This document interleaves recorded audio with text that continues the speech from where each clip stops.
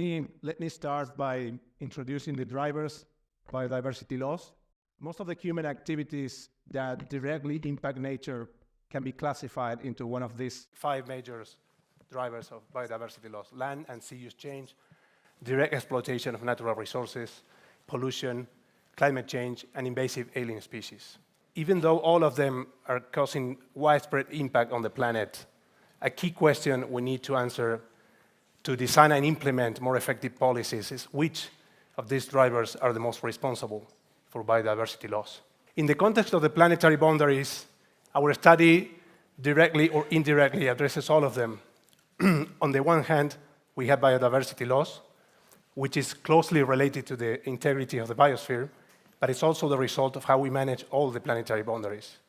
On the other hand, some of the boundaries directly relate to the drivers that we propose, such as land system change and climate change, and others relate to pollution, direct exploitation, and they interact, affecting the biogeochemical flows. The scientific evidence has been accumulated in the last years, particularly in the last 20 years, to respond to our question.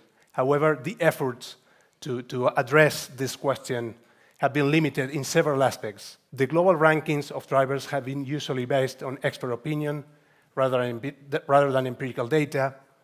They focus on one or few indicators of biodiversity loss. They focus on specific groups of species, or they consider one or some of the drivers, but not all of them.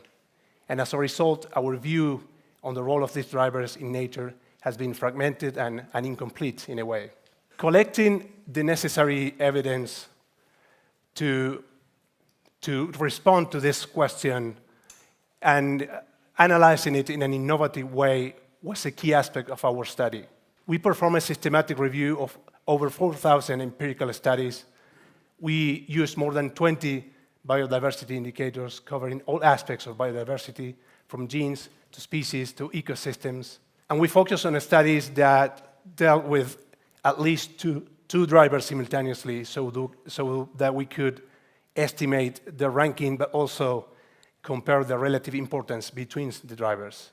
And as a result, we obtained a much broader and comprehensive view on the role of these drivers in biodiversity loss. Well, as you all might know, science is usually a collaborative effort, and this was not the exception. This study was possible thanks to the synergy of this great multidisciplinary team of authors, each contributing their skills and dedication, for which I'm very, very thankful.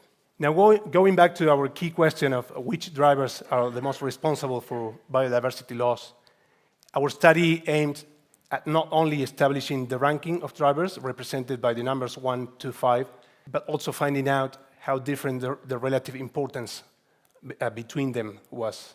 That means that for the different levels of analysis that we consider, not only the rankings can vary, but also the relative importance of the drivers associated with the different rankings. By analyzing all drivers' rankings reported in our very extensive database, we were able to establish for the first time a quantitatively and statistically validated ranking for each of the drivers, along with their respective relative importance for different levels of analysis, as I'm going to show you now. At the global level, we found that land and sea use change and direct exploitation of natural resources have been the main 2 drivers of biodiversity loss in recent decades. And climate change and invasive alien species have been significantly less important in that period. At the level of different environments, land use change dominates in terrestrial and freshwater environments, but in marine environments, direct exploitation and climate change are the dominant drivers. At the regional level, we found that the hierarchies of drivers were broadly consistent, meaning that they were not significantly different between them. But we did find some changes in the order for some of the drivers. For example, land and sea use change and direct exploitation of natural resources ranked first and second for Europe and Central Asia and the Pacific, but these ranks were reversed for Americas and Africa. The biodiversity dimensions refer to the different ways we can look at and measure the diversity of life on Earth. Beyond the specific technical definition of the categories that you see here in the first column, the key message here is that looking at all these aspects together gives us a much broader picture of the state of nature compared to looking at individual aspects of biodiversity, such as the number of species or the abundance of a species in a given ecosystem. At this level of analysis, we found that land and sea use change and direct exploitation of natural resources dominate in changes related to species populations, but the same drivers are ranked second and fourth for changes related to community composition, where climate change is the dominant driver. What we see here is that the hierarchy of drivers is significantly different between the different dimensions of biodiversity. And this is a very important result. And a key message from all of our results is that the importance of the drivers can vary depending on the level of analysis. And that's highly relevant considering the potential use of our approach to further delve into the role of these drivers in other levels of analysis. Some of the key points to develop in future studies include advancing available information on drivers, on aspects such as the imbalance in drivers' data. We know that some drivers have been much more studied than others. Changes in driver dominance over space and time. There is very limited information for most of the drivers in this regard.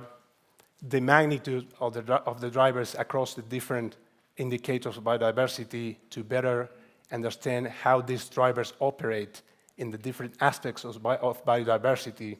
Improving modeling by accounting for drivers' interactions and giving them different weights depending on the context and the scale at which they occur. Improving scenario frameworks to better reflect the complex interactions between people and nature in aspects such as worldviews. To better reflect the mismatch that exists between policies, management, and science, for example, in terms of timeframes and scales.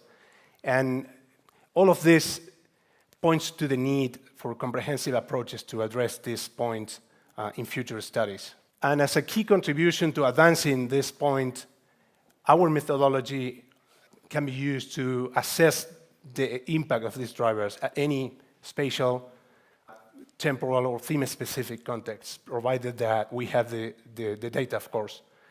And in addition to that, our method can be tailored to the needs of different social actors, providing key information to policymakers at the different levels of governance, and laying an essential scientific basis to achieve effective mitigation actions.